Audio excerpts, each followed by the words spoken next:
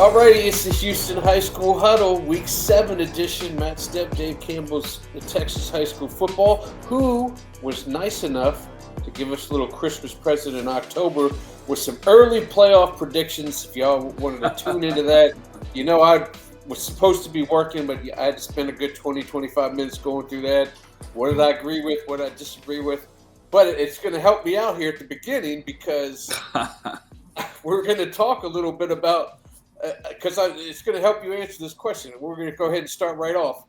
What the heck's going on in 19-6A with all the wins and losses? I was going to ask you what you thought, but you told me what you thought in your playoff prediction. You think Ada is out, Tompkins is out as of right now.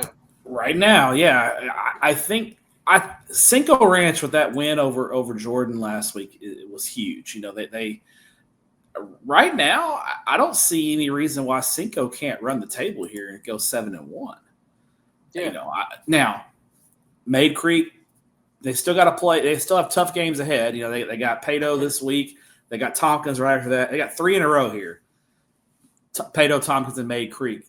Crazy things have happened in 19-6A, but at least right now, I don't see any reason why Cinco. Davis Roop is the real deal at quarterback. I don't see any reason why Cinco can't run the table here and finish district play at 7-1. But it's that's right now, and I think basically what I think is going to happen is Tompkins is going to win out, except against Pato. Except against Cinco, and I think Maid Creek, is going to get the 4 spot right now. So because Maid Creek has those head-to-head wins over Tompkins and Pato in their back pocket. That's kind of the loss of Tompkins, but they got the head-to-head win over Pato. So I just could get tiebreaker. Figure out a win if they got to pull off an upset against Jordan or Katy, right?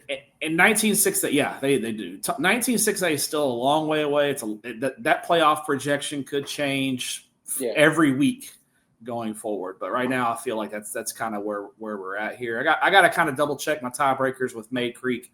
If Maid Creek, Tompkins, and Pato finish, all tied at I think 5-3 would be the record. So we'll get the tiebreaker scenarios out, but it's still a mess right now. But what we do know is Katy and Cinco Ranch are at the top, controlling their own destiny right now. Right. And the thing is, the district is so many teams in it. We got so much data on there, and yet there's still more data to figure out. And they're so evenly matched. Every game that involves the contenders is close.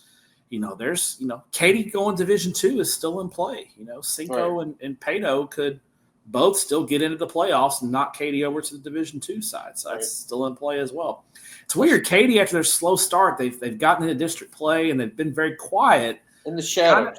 Kind of getting their wheels back on. Maybe the competition's not as good as they played in non-district, but they're kind of quietly getting it together. I wonder if they're going to be a team that kind of peaks, around playoff time. So they're in the shadows. They got 4 good ones at the end of the year. They got Jordan, Pato, Tompkins, Maid Creek. They've been beating up on the teams they're supposed to. Now they always have success against them. Yeah, now we're going to see here coming up if they're going to be, if against these other contenders, if they can handle them like they did Cinco. Just a quick update: Coach Joseph still doesn't vote for his team as one of the top 20 in the Houston area. I guess that'll keep going. That's probably just his philosophy right now. That's very, very Coach Joseph of him. Exactly. All right, let's talk more about last week because I want to talk about the silly Saturday night you had in Cypress. It was supposed to be an alliteration, but they spelled Cypress with a C, so just have trouble saying that. That was a wild game. I tell you, we pull back. We do the where's Matt stepping out to every week. Yeah. And we basically do that just to show you that he's got his pulse on the whole state of Texas. But he finally made it to Texas, and he brought the craziness. Yeah, I got to H-Town and Houston. I mean, yeah. Right. Well, I've been in Texas quite a bit. But yeah, we knew what you meant. You knew what I meant. Yeah. Hey, I got to go eat at a long lost burger restaurant that I didn't think existed anymore, and Fuddruckers, man. There's still that's Fuddruckers. right. Heck yeah, baby. Let's go. Holy cow. Fuddruckers. It was great. Memorial City, stand up. It was so it's funny. I was talking to Cy-Fair ISD assistant AD Charles Ament pregame. He's like, "What's the best game that you've been to all year?" And I was like, "Oh, Mansfield Timberview and Colleyville Heritage." And I kind of explained what happened in the game. And sure enough, Saturday night topped it. You know, Was, because Cy Springs rallies from a 4-touchdown deficit with under 8 minutes to go to win that football game, and they couldn't have done. Bridgeland's got to be kicking themselves right now because they 7 turnovers, 3 of them in the fourth quarter, 2 interceptions in a fumble, let Cy Springs back in the football game. Now Cy Springs capitalized, so you got to give them credit. But if Bridgeland just takes 3 knees and just punts, right. They probably win the football game. But they turnovers killed them. That Cash Schwab got hurt. And I think he got hurt. He didn't play. I'm assuming he got injured because they could not run the football. And everything was on Tyler Beagle. And Cy Springs was just pinning their ears back and getting after him. And he forced a fumble, a couple of interceptions, and then they capitalized. And Cy Springs is the walking wounded over there. They got guys out left and right. Paris Melvin gets dinged up late in the game there in a scrum after a tackle for loss, and there's some chippiness going on, and Melvin comes out of the pile limping around, and he's upset, and coaches are having to kind of keep him held back because he was pretty upset about it. Oh, wow. It kind of sparked Cy Springs a little bit though. Melvin showed a lot of grit and grittiness, playing quarterback, receiver, right? I mean, whatever he needed, he put his team on his back. Him and Yogi Martin. Yogi Martin had 4 touchdown runs, and it was just an incredible rally for Cy Springs. But I think if you're from a Bridgeland perspective, you got to be thinking, man, we handed those guys the game on a silver platter. And you don't rally from 27 down with 8 minutes left without somebody just completely spitting the bit. And that's what happened. Bridgeland spit the bit, and there's no 2 ways around it.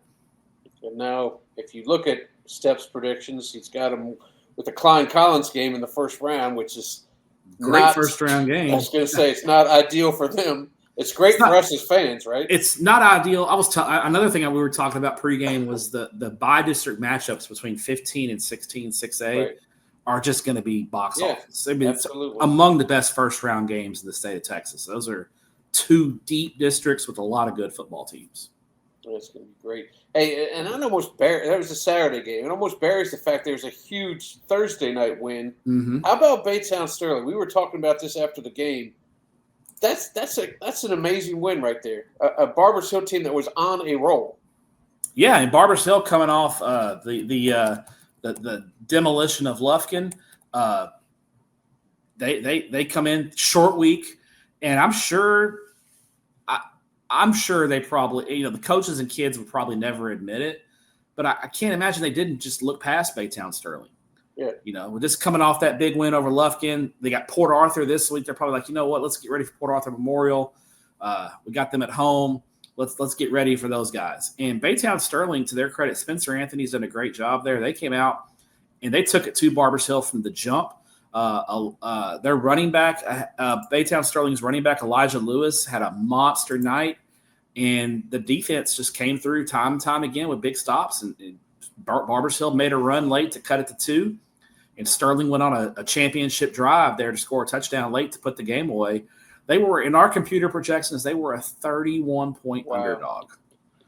And they won it. And they are right in the playoff mix. And 9-5A Division I has gotten interesting all of a sudden because right now Port Arthur Memorial is at the top at 2-0, but then you got Barbers Hill, Lufkin, Baytown Sterling at 1-1, and Beaumont Westbrook, all at 1. Yeah. Well, no, Sterling's 2-0 also. Let me correct myself.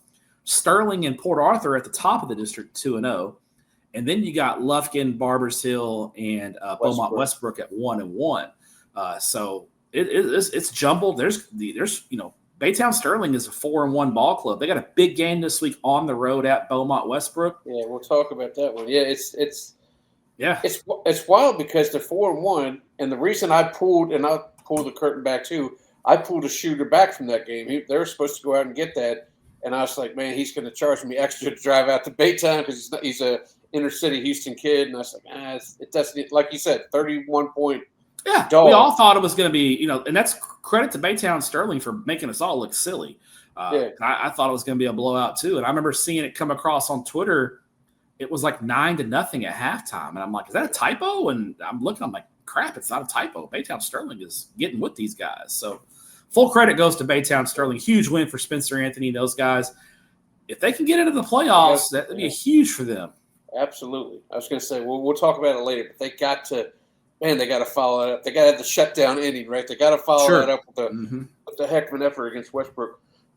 Let's talk a little bit about College Park because they went into Willis and took care of Willis, did what they've been doing, which is putting up crazy points. Obviously, they were going to give up some because the other team's got a kid named Jermaine Bishop on the team. Sure. But they got the win. They got one last hurdle here for a legitimate possible 10-0 season. Title. Yeah, exactly. Yeah, I saw College Park in week 3 against Conroe, and they looked great. And the atmosphere there at Willis looked awesome. They had to bring in extra bleachers. People were sitting on the hill. It looked like a fun atmosphere. And Camden Hughes played we were wondering if he was going to play. He played and looked great. I thought that defense, Jermaine Bishop got his, but I thought they made him work. And by the fourth quarter, he looked gassed. Yeah. Because he's having to play both sides of the ball. Right. He's playing a lot of snaps. And I think College Park made him run around enough and just made him work and made it hard on him. And they brought a lot of hats to the ball and just kind of wore him down. And Willis isn't very deep. I thought the freshman quarterback showed some – Lincoln Frazier is going to be a really good football player for Willis. He's showing signs every week of getting better, but he's still a freshman. College Park's got the veteran quarterback and the experience. And they've got a lot of ways they can beat you on the offensive side of the ball. And that defense is solid. Again, they're going to, against Willis, you're going to give up points. But I'll tell you what, College Park, and that's the 6A Division II, Region 2 bracket is shaping up to be really, really fun this year. It looks you've got, out of the Houston area, you got good teams. You've got out of the Dallas area teams. You got Longview. I was looking at your predictions, man. This Soto North Forney second round matchup. Set this place on fire. Yeah. Longview, Colleen Harker Heights is outstanding. It's going to be a fun region.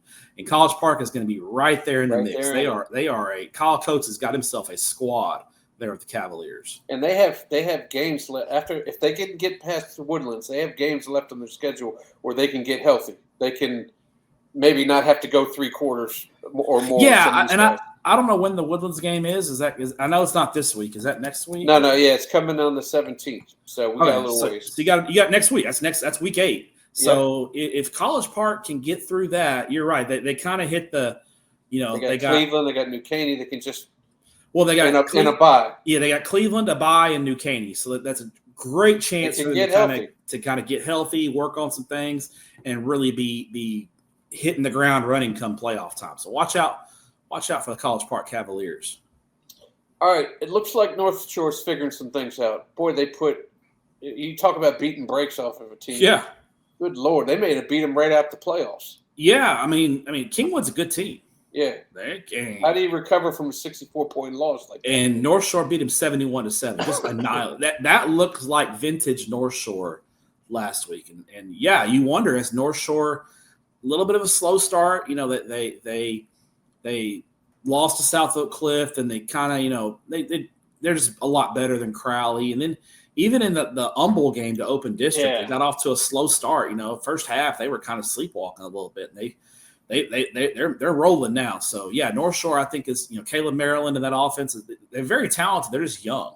Those young guys are getting more reps and they're getting better and better. And I think North Shore figuring it out is bad news for the rest of Region 3, 6A Division I. Like they needed that region to get any tougher with Ridge Point, Dickinson, Pearland, all sitting there going, this is our year. North Shore's down.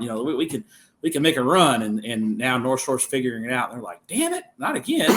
So they got, their big dogs are 8 or 9, 10, and 11, right? They're going to go through Atascocita, Summer Creek, and C.E. King. So they're the exact opposite of College Park. Yeah, they're gonna, and it may work out for them. Maybe they get on a roll during those games and just kind of roll right through things.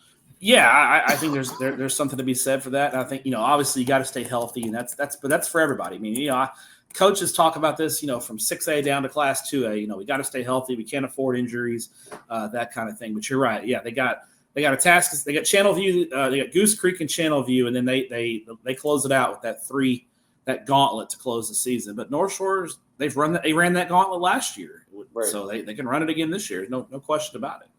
And then on the flip side, a loss like that is kind of making me feel like Atascocita is a little bit safer for a postseason bid.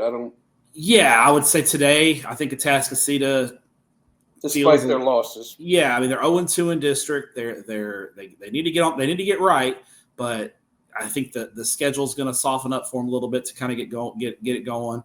They'll have a couple of winnable games here, and then the Kingwood game will be the really big one.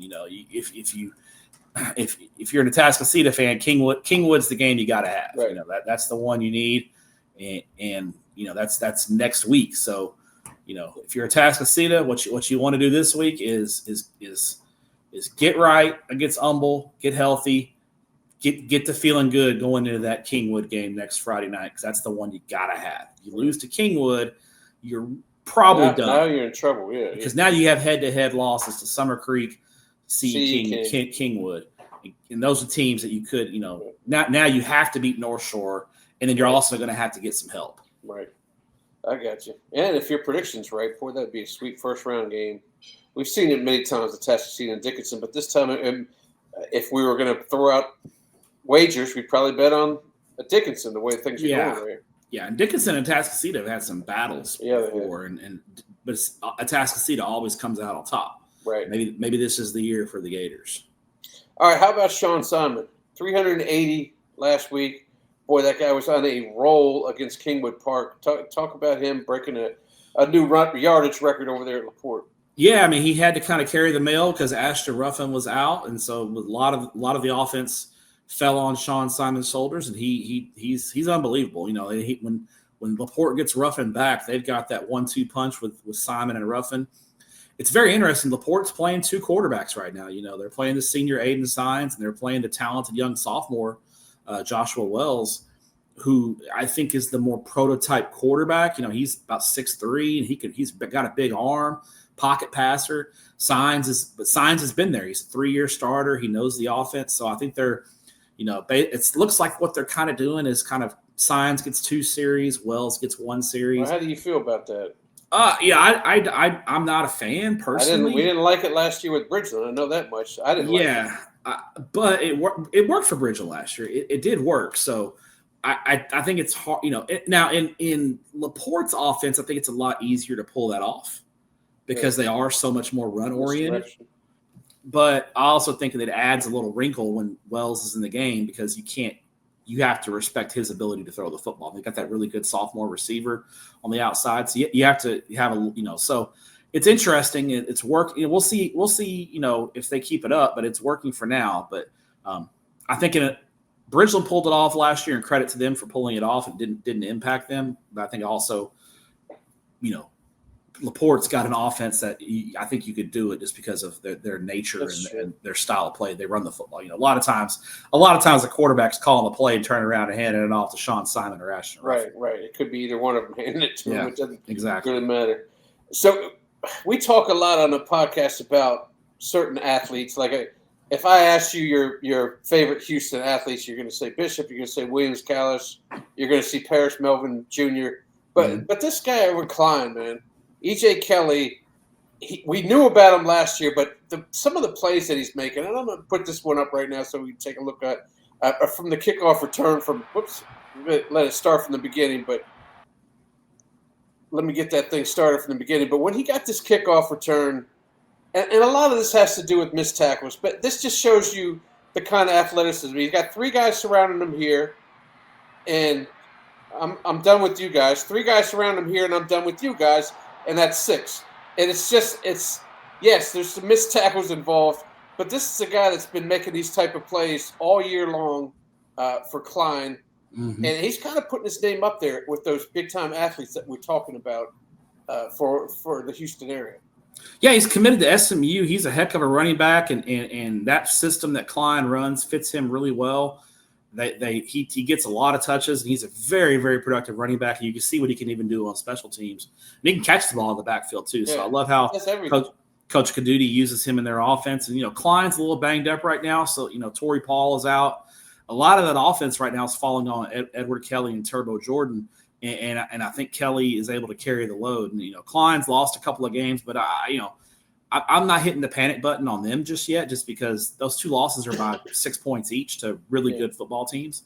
So I think Klein, if they can get a couple of guys healthy, get a couple of guys back, they should be primed to do a little damage in the playoffs. But Edward Kelly, it's Edward EJ Kelly. He's one of the most fun players to watch in the state of Texas, and he's thriving in that offense. Yeah, one of those guys you got to keep your eye on when you guys the ball. Let's get into some games. This one is our 4th place game, I think, in 13-6A. Whoever wins this is unless Willis tails off here and loses to one of these 2 teams. This is for 4th place. It's a huge one on Thursday night over at Moorhead. Yeah, this is. I think this is going to be the winner is going to get into the playoffs. The loser is probably out, barring a major upset. Conroe's defense is. I think Conroe's defense is the money matchup here. Is Conroe on the defensive side of the ball going against that Grand Oaks offense led by quarterback Grant Smith. I think this is the game Grand Oaks has to have. I talked to Sean McDowell, the head coach at Grand Oaks in January at a coach's clinic in East Texas, and he was like, "We got to get in this year. This is our year. It all lines up for us." Well, it's make or break time. It's put up or shut up now for Grand Oaks. If they're going to get in and get their first playoff appearance in school history, it's going to be this week. But Conroe's tough. I just don't know if Conroe has enough offensive firepower. The offense has just struggled against good teams all year, and I just don't know if they have the firepower. I lean to Grand Oaks here, primarily the edge at the quarterback spot. I'll probably say the same here. Hey, we haven't had a lot of 14-6A games on our schedule to talk about, but this is one definite to talk about. Another Thursday night game at Thorne. Aldi Nimitz against Spring Westwood. A little update in 14-6A. Spring High still hasn't scored a point yet this year. We've gotten through 5. But we have Westfield against Nimitz. Let's try to concentrate on that one. By the way, Coach Harmon, I called Nimitz the whole week when I talked to him on the phone. The Vikings, I got Irving Nimitz on the mind. My fault. Cougars are taking on Spring Westfield. He didn't correct you? He didn't correct me. Just let me have. I think he was a little nervous being on the screen here. But what a nice guy. He is a nice guy. You would have called me out, wouldn't you? You've done it before. I said, not only are you Commanders fan, but you don't know our mascot, man. Come on. You don't know nothing. He thinks Albert Brown may be back for this game, which could be key as well. I think there's a chance Nimitz ends Westfield's dominance in 14-6A this week. In fact, I'm going to go on a limb and call the upset here. I've taken Aldi Nimitz at home to knock off Westfield. Westfield's gotten the wheels on in district play, back-to-back shutouts over Decaney and Spring, but we know Spring and their struggles offensively, and Decaney hasn't been a whole lot better. So Nimitz is 4-1. They've actually been winning football games this year. Don't have the loss to Beaumont United's a little mystifying here. Right. But I think getting Albert Brown back combined with being at home, I'm going to lean to Aldi Nimitz to knock off Westfield and possibly secure the path to the district championship. I'm definitely on board right there. The funny thing is because Aldi Davis is probably the 3rd team here. Eisenhower maybe 4, but man, somebody in 13-6A is going to be pretty happy with their first round playoff matchup. Yeah, I think Eisenhower and Decaney next Thursday is probably your battle for 4th. Yeah, I think so. All right. Well, how about Klein Oak? They got a 1-point win over Collins last week. And now I'm not going to say this district is a mess, but it puts another team in there worrying about that 4th spot. If we're still thinking, well, not even that 4. We still have the big 4, right? We have Klein, Collins, Tomball, and Magnolia. We feel are the big 4 there, but Klein Oak, they can make some noise here if they can pull another one off. Yeah, and they still have they got Tomball and they got Klein in 2 weeks. So if they can pull off one of those games, I think they can get in the playoffs. The problem for Oak right now is they need to win one more game because they have a head-to-head loss to Magnolia. So they need to beat either Tomball or Klein. Yeah. At home, I think Oak it gives them a better shot, but Tomball's solid. I wonder if Oak what they have left in the tank after that emotional win over Collins last week. I just wonder how much they have left in the tank. Tomball's been there, done that. They beat Klein last week, but this is just what Tomball does. So I like Dave Handel's ball club to win a close one. Got to slow down Micah Rhodes for sure, but I think they can. I think they're going to try to make someone other than Rhodes beat them, and I like Tomball on this one. a situation here in 15-6A, it kind of sucks because you can celebrate beating Collins, but then their coach has to go back to him and says, "Yeah, I'm glad you got that big upset. We got to get another one. Mhm. We need another big upset." And I think Kane's probably in the same boat. They need to pull off one here. Yeah, I think Kane is definitely in a similar situation just because of their head-to-head losses. Now, Kane's got Collins and Tomball coming up too, so maybe they can pull one of those off. That head-to-head loss to Magnolia last week is going to hurt Kane Saturday night. All right, 16-5A. Man, our boys from Waller are looking battle good for now. first. They are looking good now. They're taking Cy Ranch in the battle for first. We got yet another loss for Cy Woods as they're kind of drifting away at all from the playoff picture. So yeah, you're looking at four good. I mean, we still don't know a lot. We're talking about Langham Creek here in a second, but those four look like the teams. And Waller's got a home game here with Cy Ranch. They can pull this thing off. Boy, they are looking pretty for a run at first place here. Yeah, I bet Dyken Stadium is going to be rocking and rolling on Friday night with Cy Ranch coming to town. It's a huge game for Waller.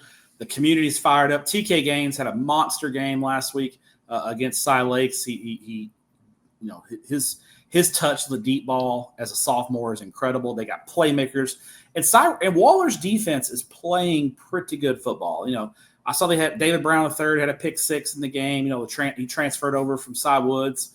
When his dad got hired on staff there at Waller. His dad's a coach. He was at Cy Woods. They had a coaching transition, so he joins the staff at Waller. Huge addition for Waller, adding a defensive playmaker like that. So, Cy Ranch, top to bottom, especially in the trenches, is more talented. And, maybe they got their wheels back on. Cy Ranch in non-district was very disappointing going 1-2, losing to Tompkins and losing to Houston Memorial. They opened district play with a big win over Cy Springs. Last week, against Cy Park, poor Cy Park. It's tough. They threw up 84, 12 by 70. 12 touchdowns. Cy Ranch scored a dozen touchdowns in the game. I don't think they're going to score a dozen touchdowns in this game, but I do think Cy Ranch's defense is athletic enough, and their front seven is going to get pressure on TK Gaines, and that's going to be the key. I like Cy Ranch. Their front play in this game is going to be the difference, and that puts Cy Ranch at 3-0 and in the driver's seat for the district championship. Spot. Yeah, they get off a disappointing non-district by really stepping up here in district play. Langham Creek's only got the one loss at a win over Cy Woods. Doesn't look very impressive much anymore, but they're taking on Cy Springs, and they're going to have to upset somebody. Is it going to be Cy Springs, Bridgeland, or is it going to be Cy Ranch? I don't think it's going to be any of them, but they got their chances here, so there is a spot here for them. It's a trap game for Cy Springs. That emotional win Saturday night. I believe this is a short week. I believe they're playing this game on. It's a Thursday game. So Springs has got to turn around Saturday night game playing Thursday. Right, and you said they're beat up. So that's a lot to ask of Cy Springs. I think Cy Springs is the more talented team here. They are the better football team. Langham Creek's playing good, and they're coming off that nice win over Cy Woods last week. They actually played on Saturday also, so it's even here. So at least it's even. Both teams are coming off. Both teams are making the Saturday to Thursday transition. So I can see now. That's not a huge edge for anyone, but right. Cy Springs is the more beat-up football team. But Cy Springs has got Paris Melvin. I trust in Paris Melvin. Give me the Panthers. You trust in a one-legged Paris Melvin. That's how much you like him. He looked plenty fast enough scoring that touchdown run at the end of the game there. He don't need no legs. 17-6A, obviously, if there's Houston Memorial fans out there from last year, boy, I gave them the business all year long last year on this thing. I owe them an apology. If this is an NCAA tournament, they got a strength of schedule win over Cy Ranch in the non-district. Now it's 4-1. And this is a district title match on a Saturday. To be honest, I mean, it's at Princeton. Yeah. I think this is for the title. I agree. And that's good to see. Nice little noon start. Yeah, early start on Saturday should be a fun one. Cy Fair's playing good football right now, and they actually entered the state rankings this week at 25. Jeff Miller's got a good ball club that they're quietly putting together a good season. Only lost to Dickinson, so they got a nice resume at home. Memorial has been really good, and Brooks Hack's done a great job, and I think he's going to do excellent things there at Memorial. But I got to go to Cy. I think Cy Fair's got a little too much offensive firepower at the skill spots, so I'm going to give the Bobcat fight never dies win in this one for Cy Fair. I can take it. And then this one's probably one of them going to be put to bed if they lose this, I would think. Yeah. Stratford against Jersey Village, because I still believe in Cy Falls as a playoff team. So one of these two teams is going to go to bed after this. Who's going to sleep? Yeah, this is as our friend in DFW, Professor Diggs calls it a shovel game. Shovel game. And I think the shovel may go to Jersey Village here. I like Todd Rankin's ball club in Stratford at home to knock off JV and I don't want to say clinch a playoff spot, but a huge step towards a playoff spot with the win. So I like JV in this one. I mean, it's Stratford over JV. I got you. And we talked a lot about 1968. Tell me what you feel is going to happen. I think he thinks Cinco Ranch is going to win this one. Pato got that big win over Tompkins, but since then it's not been so great for them. So, and they got to get back on track here quick. They do, because they lost to Maid Creek, and they put up a 60 spot on Morton Ranch last week. Right. Morton Ranch, a little down in the dumps. I think Pato's kicking themselves right now because they had that Maid Creek game won. They let them score at the end to win the game. I think Cinco and the quarterback play, Davis Roop and company, get it done. This is going to be an interesting one, though. I mean, this we talked about it. These KD teams that are in the middle of the pack are all very evenly matched. So I picked Cinco, but I don't feel super great about it. Right. I think this is a one-score football game, and I'll lean to Cinco because of Davis Roop. But if we come back next Monday and you tell me that Pato won by 7, I'd be like, well, that's 19-6A for you. That's 19-6A. Make it make sense. Let's get tiebreakers going. Exactly. By the way, we skipped over 18-6A, but Coach Lindsey's got his Lamar Texans in the coaches poll now, so they decided to throw them up there at 19. There you go. Haven't really played anybody, but they got 3 wins in a row. Going down to 22-6A, this is mainly to give Rayburn a little shout out here because they're 4-1. This is probably their last shot if they want to, whatever tricks they have, throw them all together if they want to try to get a win here. Maybe their only shot here at even thinking about a postseason spot, but I got to give them some kudos for going 4-1 so far this year. Yeah, huge. Rayburn's win over Alvin last week was Rayburn's first district win over a non-Pasadena ISD program since 2002. Oh, wow. Sergio Gonzalez is a heck of a football coach and probably doesn't get the credit he deserves taking over at a program that was down in the dumps and has struggled to really maintain consistent. He's got numbers up in the program. They've got some good young talent coming through the pipeline. They've got an identity. They run the slot T. It's not what everybody else runs, but they can't. I think he's figured out that we have to zig when they zag. And we're going to run a slot T, and we're going to be different, and we're going to be hard as hell to prepare for. And last year was the first year they ran the offense, and there were some growing pains. They're a lot better at it this year, and the results are speaking for themselves. Manville's the more talented football team here. They should win the football game. But Tepper and I say this all the time. Slot T is the devil. It is the devil. And if they get that running game going and Manville struggles, Rayburn has the ball. You're right. Rayburn could keep that offense, keep the Manville offense off the field and control the tempo. Who knows what happens? So I like Manville, but I think Coach Sergio Gonzalez is doing a heck of a job there at Rayburn. You're right. It only takes 2 or 3 plays of not knowing who has the ball to keep you on your toes the whole rest of the it throws you on off. Your heels. Excuse me. I need to get the Rayburn shirt, man. I love the colors, the navy blue, the North Carolina colors, the navy blue and the light blue. I need to get me a Rayburn shirt.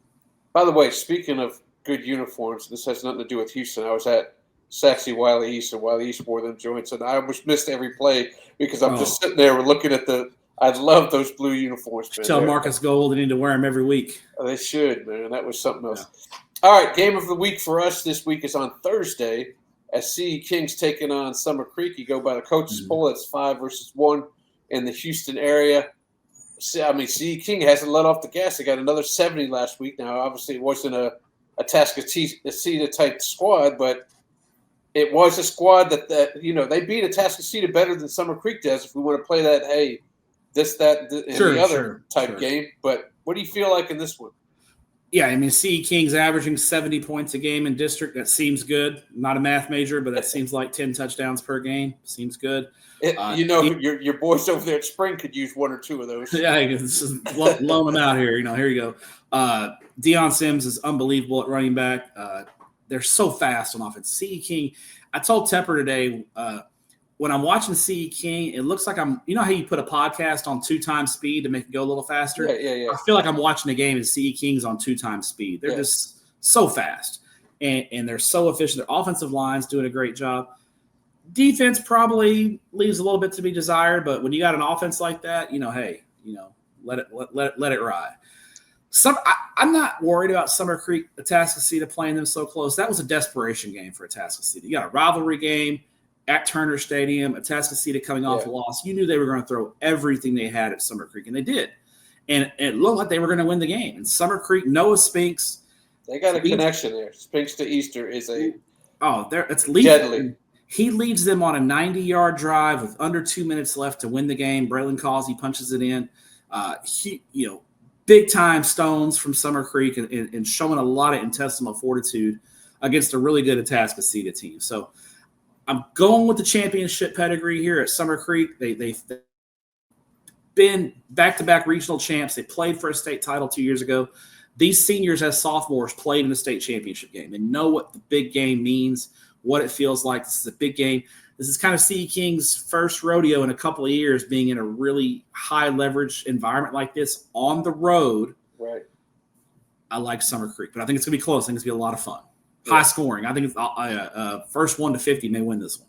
You brought up Deion Sims, man. I got to meet him. I was in his house back in the summer, and not only is he a great athlete, great kid from St. Louis, came into town, super inquisitive about everything I was doing. What are you doing with that camera there? Or what are you doing with this light here? I want to get in the business, this, that, and the other. And as soon as I started talking about how sore were you that Kingwood took your spot last year, and he, the smile went away, and I was like, I must have said something wrong. Sore subject. Don't throw me out of here. He said, it's not going to happen twice. I promise you that. And he just went on and on about how he talked to his teammates throughout the summer. They're doing extra conditioning without the coaches. I think they're ready to do something this year. What was it, 2 years ago that they all went to the regional finals? All 4 teams? I think it was 2021. Yeah, 2021. I wouldn't be surprised. 2022, it was Summer Creek and Summer Creek and Hightower. No, last year was Summer Creek and Kingwood. Yeah, and the year before it was Summer Creek and Hightower, so it may have been 2022. Yeah, it may have been 3. But there was a time where they all went, and I can't see it happen this year, but I can see 3 of them go there, maybe 2 or 3 of them. Sure, yeah. All right, let's get into 5A because 24-6A has the week off. We talked a little bit about this. Now break this down nuts and bolts wise, how Baytown Sterling cannot afford to have a letdown here. They want to keep their foot down. Yeah. Beaumont Westbrook's good. They took Lufkin to overtime last week. They got a veteran ball club, very talented. Chuck Langston's got a good ball club over there at Westbrook, kind of rebuilding that program and kind of helping Beaumont football kind of get back to respectability here. Tough road trip for Sterling. I think they got to kind of lean on the same package they had last week. Elijah Lewis, that running game and defense has got to travel, and that usually does travel. So I think Sterling keeps it close, but I don't know if they have the same kind of magic this week against Westbrook. I like the Bruins in this one. All right, and then the other big battle is Port Arthur Memorial going into an angry Barbers Hill Eagles Nest. Can Barbers Hill fight off this undefeated Memorial squad? Be very interesting. Memorial's going to have the talent edge. Guys like Tank King on defense, the Texas A&M commit. Memorial's loaded. They got a bunch of 3-year starters, guys who have been playing varsity football for 3 years. Brian Morgan's done a good job kind of figuring out what quarterback has been a question for them, but they've kind of figured some things out. They're scoring a lot of points. Their defense is excellent. Going on the road to Barbers Hill, I do feel like Brady Barrier didn't have his best game against Baytown Sterling. I think he picks it up this week. I like Barbers Hill at home to pull the upset. I think they're going to rebound from the loss to Sterling and pull a little bit of an upset here and then really make the 9-5A Division I race kind of wild. That would be a big, I don't want to say a mess, but it would be a cluster. Plus, you're Hey, something. and then I got to get on the phone and start calling these guys. Hey, what's your tiebreaker rules? Exactly. Tell me your tiebreaker. This is about tiebreaker season for you, isn't it? Usually you start making those calls. Oh, yeah. And there's some good 10-5A Division I games this week, too. Madison and Sterling. Sterling trying to shake off the one loss they have, but these are two of the top three teams in this district. What do you think about this game? Yeah, I think, you kind of made me an adopter of Houston Madison, the Marlins. After you talk trash about them. Yeah, and so they, bye week after beating Houston Austin. I think if Madison gets this one, I think they're sitting pretty for one of those top playoffs, maybe even a home game in the first round of the playoffs. I like the Marlins in this one. I think Madison gets the win. That win over Westbury has aged really nicely. Sterling lost to Westbury, so you got to feel like, okay, Madison beat Westbury by 19, Sterling lost to Westbury by 3. Doesn't always equal, Madison by 22, but I think I have a read that Madison's the better team. So give me Vince Young's alma mater, Houston Madison. I think so too, because one of Sterling's wins was they had to pull that thing out in overtime against Galena Park. Waltrip has a chance to put Galena Park on ice, but Galena Park still has Kerry Clay. I love Kerry Clay. That dude's a dynamo behind in the backfield there for him. But they got to pull this one off. They got to beat Waltrip because Westbury's up there ahead of them, and they lost to Sterling already. It's got to happen. What else? Waltrip's got Sterling in week 11. So Waltrip right now is undefeated, but they're about to hit the tough part of the schedule. Yeah. They got Galena Park, Westbury, and then they got Austin in the middle, which they should take care of Austin, and then you close with Madison and Sterling. So the must win for Waltrip here if they want to stay in that district title chase. I think they may bring the shovel to Galena Park here and eliminate the Jackets from the playoff race. Give me the Waltrip Rams. I can dig it. All right, 11-5A. This is mainly for Frenchwood. I think Angleton wins this one, but there's a three-way little cluster for those last two spots, and Frenchwood's in that mix. Yeah, tough loss to Crosby last week. That's going to hurt. I think Angleton's obviously the favorite. They're at a different level right now. That Angleton-LaPorte game in a couple of weeks is going to be unbelievable stuff. Yeah, it is. We may have to fly you down to Houston just for that game. Shoot it myself. Yeah, you just go to the new stadium in LaPorte. I don't trust those guys. I got to go right in there. Yeah. I don't trust nobody. So I think Angleton handles Friendswood pretty easily. I think what you're going to look at now is Friendswood. Probably Kingwood Park is probably the team that is best equipped to challenge for that Friendswood for that fourth playoff spot. But I think right now I think you got to think Crosby with the win over Friendswood has the edge for the 3 seed. Okay. And then I think Friendswood, looking at it, they're 0-2 in district. They've played LaPorte and Crosby. They're probably going to be 0-3. As long as they don't just collapse being 0-3, I feel like they'll get it together. And then that Week 10 game against Kingwood Park, I think, is going to ultimately decide who gets that last playoff spot. Yeah. So you feel Crosby over Kingwood Park here? Yeah, I'll take Crosby over Kingwood Park, and I think it's going to set up Kingwood Park and Friendswood and later on for the last playoff spot. All right, going down into Division II, Montgomery got that big win in the Motown Showdown. It was probably a little closer than they like, but that's what happens in the Motown Showdown. It's closer than you think. Yep. Now they got Huntsville, who came off they played an admirable game against P&G. They jumped out on P&G early, yeah, and then they, second half, Huntsville just couldn't. They hadn't put. It's hard for them to put together, 48 minutes. They'll put together, 12-minute, 24-minute spurts. Got to put it together though. Huntsville's talent, Trayshawn Brown, Zaya Dolphy, they're unbelievable talents. It's the other guys. They got to put it together, and they got to play clean football. This is a huge game. Winner of this here, I called this a yay boo. Okay.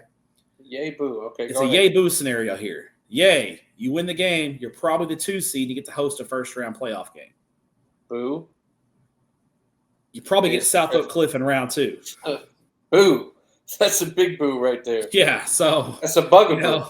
Yeah. So I don't know. If you win the game, you're like, hey, that's awesome. We get to host a first round playoff game. Oh gosh, we got South Oak Cliff in there. Exactly. Put me in the road the first game. Whereas if you get third, you lose this game, you might be able to get, you might get to avoid South Oak Cliff till the third round. There you go. Get a little extra. Hey, one more Debo's coming. You're going to have to play Debo at some point. So. Exactly, and he's going for that chain. Yeah. All right, this is our 4 teams, right? They're playing each other. I feel like Marshall's played themselves out of the playoffs. These feel like the 4 teams out of it. You don't feel that way?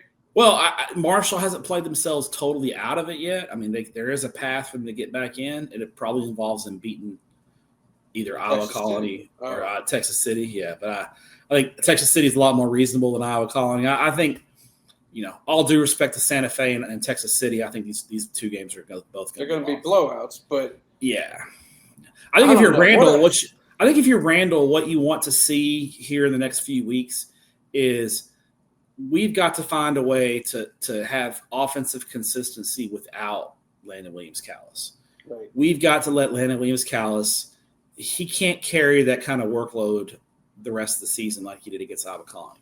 We need to find other options on offense to consistently move the football so Landon can get his 5 or 6 carries a game the next 4 or 5 weeks. Right. And let's make sure he's 100% because he wasn't 100% last year's he playoffs. wasn't. Now, he still won state. That was a testament, I think, more to their defense than anything else. They don't have that kind of lockdown defense this year. It's a good defense, but not a lockdown defense. They have to rely on the offense a little bit more. Well, keep Landon Williams-Callis healthy. So I think both these games are blowouts, but I think for Randall especially, how does the passing game look? Do they work in another running back? That kind of thing. Right. Yeah, I was just thinking as we keep dumping on Spring here. Spring's out there looking for points, and if somebody came up and said, "Hey, why don't you go talk to Fort Bend Marshall?" and they're like, "It's all right. Who else you got for me?" They ain't much better. Yeah, Fort Bend Marshall's struggling on offense right now. We'll go with our 0. Marshall gets right this week, though. They get a win this week. They get right. All right, that's what I like to hear. All right, a couple of lower classification games. Here's another, in my eyes, a district title game. You may think otherwise. No, I agree with you. I think it's a district title game. Okay, This is another Saturday game. I got my shooters working on Saturday this week, by the way. I usually don't like to do that to the playoffs, but 2 guys are going to take the day off, or we're going to take a Friday off so they can go out there Saturday. What time is this game Saturday? It's an 11 a.m. game at Butler. Oh, you don't mind the 11 a.m. No, Saturday I don't. game. I do not. Sci-Fair's at noon, so I got in 2 games where we have plenty of time to get the show out. And you get the good daylight light. Absolutely. Nothing better than daylight. Exactly. Yeah. What do you think? Here? I do agree. I think this is for the district championship. I like Jack Yates in this one. I think Coach Lewis has done Raphael Thomas, when he left to go to Mesquite, I think set Yates up. He built Yates. The blueprint he's trying to duplicate that blueprint at Mesquite.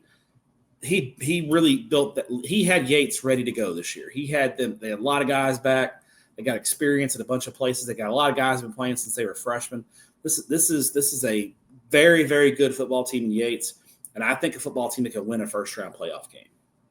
Yeah, I was saying, I had hopes for Washington until I went back and saw that they only beat Wheatley, a 1-5 team in overtime, 13-6. They couldn't quite score some points.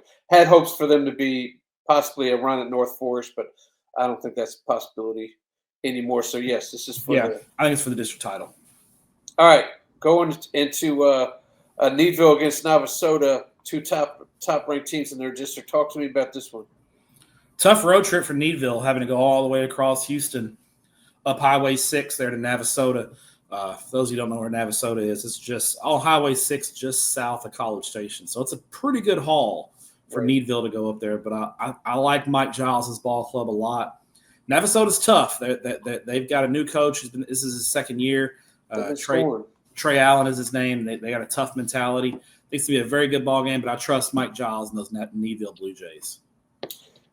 And finally, this is the one we'll be at as well. I can easily put game of the week on this one too. I actually it's one of these games where I told my guy to get out there tomorrow. Yeah, being Wednesday, just camp out. Get out there and get ready, and see if you can bring Eric Dixon with you, and DJ Sanders on the other side. This is going to be a sweet one. Tell me about it. Big rivalry game, Austin County. This is the stuff. If you're a neutral fan in the Houston area, especially on the western side of Houston, you just want to go see a good football game and get like a true Friday Night Lights atmosphere. This is your game. These are 2 small towns. Don't really like each other all that much. There's a rivalry there.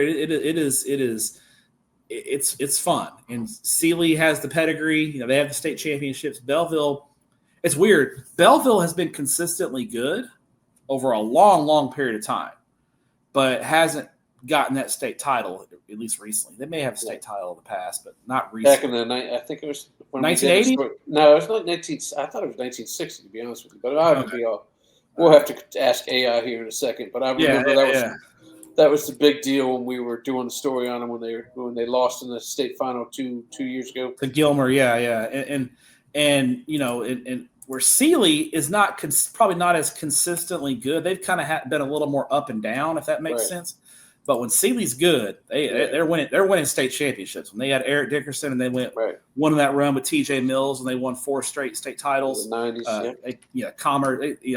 They personally were victimizing Commerce in the state championship games during that run. Sealy's got the guy. I love Kane Killo. I think that offense is just special, and they just find ways to make things happen. And Killo is just such a dynamic player. He really is. And they, in the last 2 seasons, I don't know if he's really been stopped. We're talking about a team.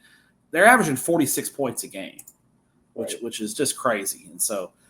Actually, I just checked this, Wizzy. Bellville does not have a state championship. Really? No. They've been in a state championship game 3 times and lost all 3 times. When was the last time before the last? 1977. They lost to Wiley, 22-14. And you know who Wiley beat who Wiley played in the state championship the next year? Who's that? Sealy. They lost to Eric Dickerson, and then they lost to Denver City in 1960. So there you go. Bellville is 0-3, and so Sealy's got all the state championships. I believe they have 6. They certainly got a bunch in the 90s when they won them back to back. Yeah, they got 1, 2, 3. They got 5 state titles. They won it in '78 when they beat Wiley, and they won 4 straight from '94 to '97. Yep. And then they beat Commerce twice in that run. And then in '99 they played Commerce in the state championship game again, but this time Commerce got them. Got it. So Sealy's got 5 state titles to Belleville's 0. So like I said, Belleville consistently has been good. Sealy up and down, but when Sealy's up, they're really, really up. Right. This is a really, really up Sealy team. I think Sealy can get La Vega in Region 3 this year. Okay. Like La Vega's got some holes, and so Sealy can do it. Belleville, the defense for Belleville is there. Their defense is really good, but they are offensively challenged. Right. They lost to Columbus 2 weeks ago, 20-7, and Columbus is no offense. Now Columbus kind of figured things out last week. But they haven't been an offensive juggernaut. But you look at Belleville, and they other than the Fort Bend Crawford game, they've kind of struggled on offense throughout the whole season. They beat Hitchcock 17-14. They lose to Columbus 20-7. So they're just struggling to find their way on offense. Right. I mean, Sealy's not. This is not. No. I think Sealy's going to outscore them here, and they can't afford to get into a shootout with Sealy because they don't have the horses to keep up. So I like the Sealy Tigers in this one. Not the team to find your way against because they'll find it for you. Yeah, no doubt. Back to the locker room. That's right. All right, where's Matt stepping out to this week? All right, so it's a short week this week for me. Only 2 games. I got Thursday. I'll be in Waco, Brian Rudder and Waco University, and then Friday night I will be in the DFW Metroplex for Brock and Eagle Mountain. Okay. And then Saturday I'm headed to Canada. Flying up to Toronto for Canadian Thanksgiving on Monday. So I'll be enjoying some Thanksgiving food on Monday, but I will not forget about doing the podcast. We're going to do the podcast on Monday on Thanksgiving Day for me. Absolutely. And then I'll be back in the great state of Texas Wednesday night next week. So, yeah. I'm always jealous of him, man, when he gets to do the 2 things. I need to find myself a Canadian girl. Is there another Thanksgiving in another country? Because I'll marry 2 women. I don't. There you go. Give me 3 Thanksgivings. I'll be back in Houston week 9. So I got a couple of weeks. I'll be not in Houston, but I plan on coming back to Houston week 9. Okay, excellent. All right, brother. I appreciate it. We got week 8 next week. We'll see you later.